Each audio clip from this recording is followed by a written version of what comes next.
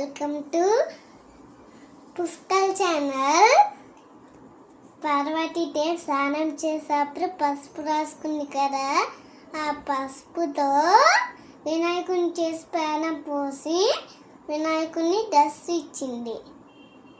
అప్పుడు వినాయకుని కాపలా పడితే శివుడు రాని తలకాయ కోసారు. అప్పుడు తల పోయిందని పార్వతీదేవి శివుని తిడితే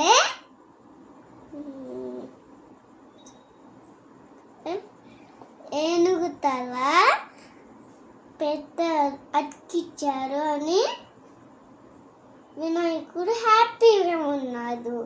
అందుకే వినాయకుడు పండుగలు వస్తున్నాయి.